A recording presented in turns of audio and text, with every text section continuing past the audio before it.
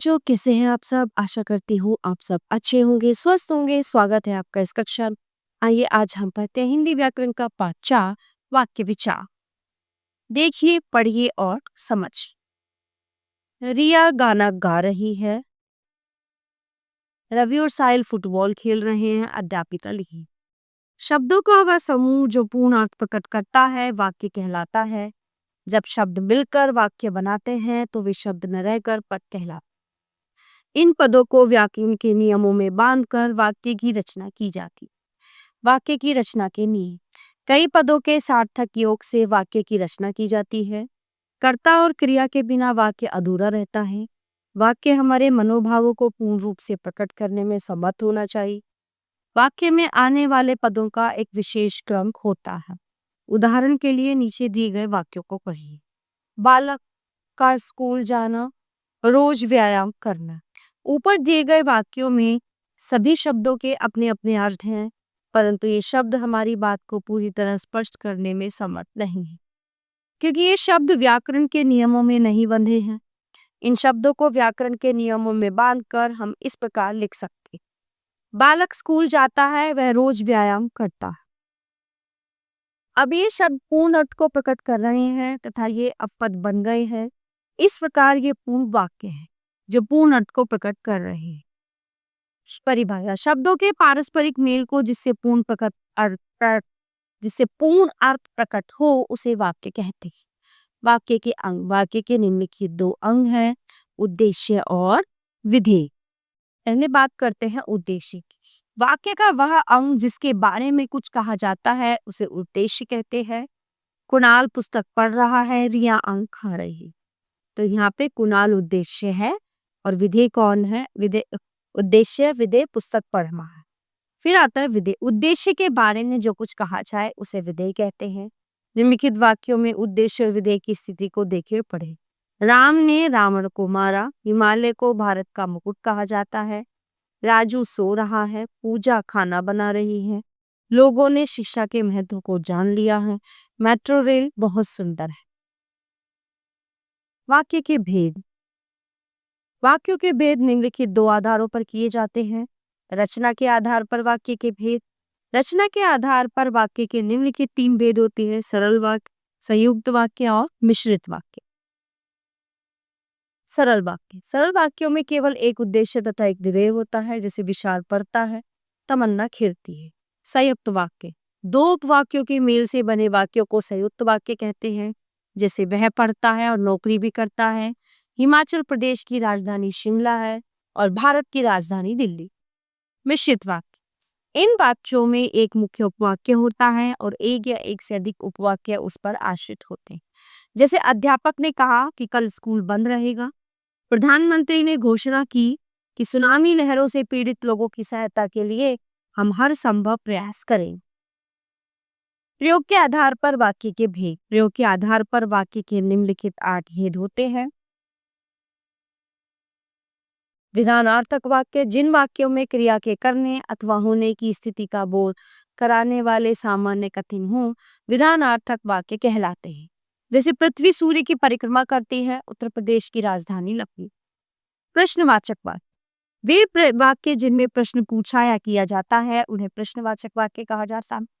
जैसे तुम्हारा क्या नाम है, आप कौन सी कक्षा में पढ़ते हो। ठीक है, तो इसमें क्या किया जा रहा है? इसमें प्रश्न पूछा जा रहा है। निषेधात्मक वाक्य, जिनको हम नेगेटिव सेंटेंस कहते हैं। वे वाक्य जिनमें क्रिया के ना होने या ना करने का पता चले उन्हें निषेधात्मक वाक्य कहते हैं। जैसे दिलीप से काम नहीं किया जाता, बूढ़े से नहीं चला जाता। आज्ञार्थक वाक्य। जिन वाक्यों में किसी बात या कार्य के लिए आज्ञा, उपदेश, आदेश और प्रार्थना का पता चले उसे आज्ञार्थक वाक्य कहते हैं। जैसे कृपया पत्र का उत्तर शीघ्र दें, अंदर जाकर पढ़ें। इच्छार्थक वाक्य। इन वाक्यों में इच्छा, आशा, कामना, आशीर्वाद आदि का भाव प्रकट होता है। जैसे ईश्वर करे तुम हर काम में सफलता प्राप्त हो। ईश्वर करे तुम्हें हर काम में सफलता प्राप्त हो, आपकी यात्रा मंगलमय। संकेतार्थक वाक्य। जिन वाक्यों में एक क्रिया का होना दूसरी क्रिया पर निर्भर करता है उन्हें संकेतार्थक वाक्य कहते हैं।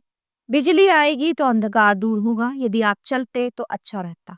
संदेहार्थक वाक्य। जिन वाक्यों में संदेह या संभावना प्रकट हो उन्हें संदेहार्थक वाक्य कहते हैं।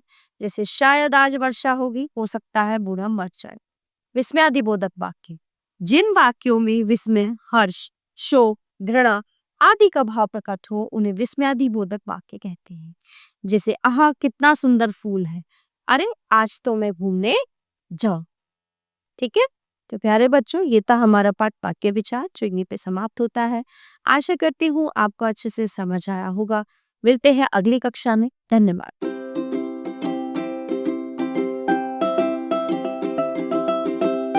प्यारे बच्चों, आज हम पाठ 4 वाक्य विचार के अभ्यास कार्य का अध्ययन करेंगे।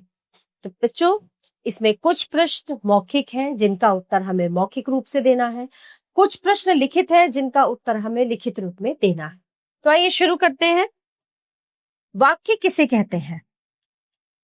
तो शब्दों के सार्थक मेल को वाक्य कहते हैं। जैसे वर्णों के सार्थक मेल को शब्द और शब्दों का जो सार्थक मेल होता है उसको वाक्य कहते हैं। वाक्य के कितने अंग होते हैं? वाक्य के 2 अंग होते हैं, उद्देश्य और विधेय। रचना के आधार पर वाक्य के कितने भेद हैं? रचना के आधार पर वाक्य के जो है 3 भेद हैं, सरल वाक्य, संयुक्त वाक्य और मिश्रित वाक्य। प्रयोग के आधार पर वाक्य के कितने भेद हैं? प्रयोग के आधार पर वाक्य के 8 भेद होते हैं। आइए अब लिखने की बारी। निम्नलिखित वाक्यों में से उद्देश्य और विधेय अलग कीजिए। तो चलिए शुरू करते हैं। बच्चा सो गया। उद्देश्य कौन है? बच्चा। और विधेय सो गया। मोर नाच रहा है। उद्देश्य कौन है? मोर। और नाच रहा है विधेय। नेता भाषण देता है। उद्देश्य है नेता, विधेय है भाषण देता है। तमन्ना पुस्तक पढ़ती है। तमन्ना पुस्तक पढ़ती है। कृष्ण ने कंस को मारा। कृष्ण उद्देश्य है और कंस को मारा विधेय। ठीक है, अब आगे चलते हैं।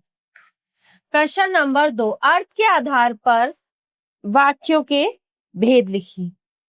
अर्थ के आधार पर वाक्य के भेद। शायद आज बारिश आए, संदेहवाचक।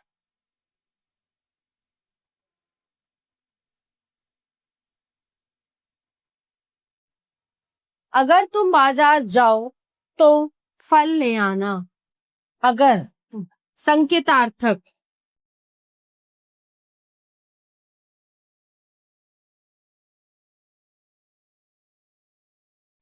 अरे तुम्हें चोट कैसे लगी? विस्मयादिबोधक।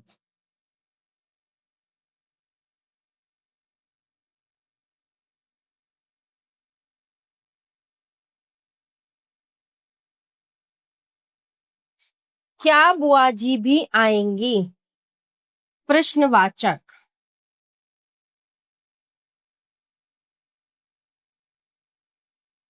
ईश्वर तुम्हें लंबी आयु दे, इच्छावाचक।